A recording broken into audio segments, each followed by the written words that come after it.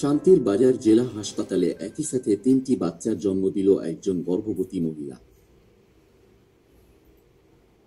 এই অবস্থায় মহিলাকে সঠিকভাবে চিকিৎসা প্রদানে এগিয়ে আসলো শান্তির বাজার জেলা হাসপাতালের চিকিৎসক।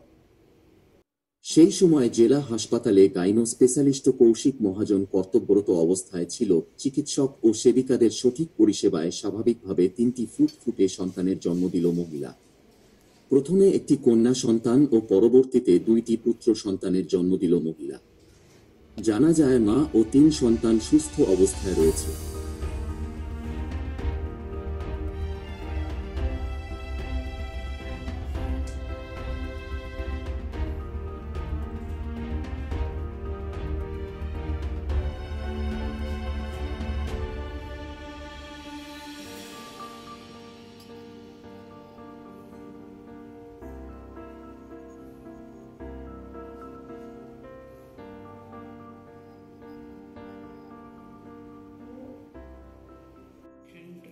সেকেন্ড স্টেজ অফ লেবারে ছিল।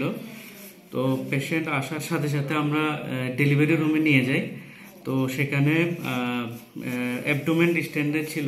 আমাদের প্রথমে একটা অনুমান ছিল হয়তো বিগ বেবি হতে পারে অথবা টুইন প্রেগনেন্সি এমন হতে পারে।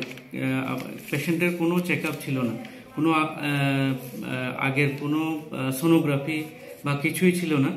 তো যাই হোক আমরা আমাদের ডেলিভারি করতে তৈরি হই। প্রথম বাচ্চা ডেলিভারি পরে বাচ্চা ঠিকই হয়, কিন্তু ওয়েটটা একদম কম হয়।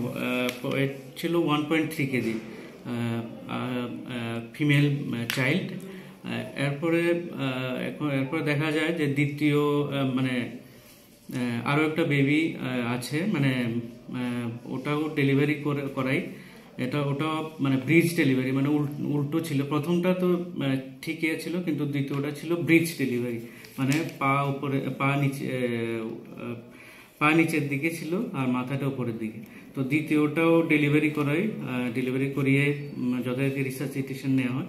কিন্তু দ্বিতীয়টি করার পরে দেখা যায় আরও একটি বাচ্চা, তো ওটাও ব্রিজ পজিশনে ছিল, ওটাও ডেলিভারি করাই।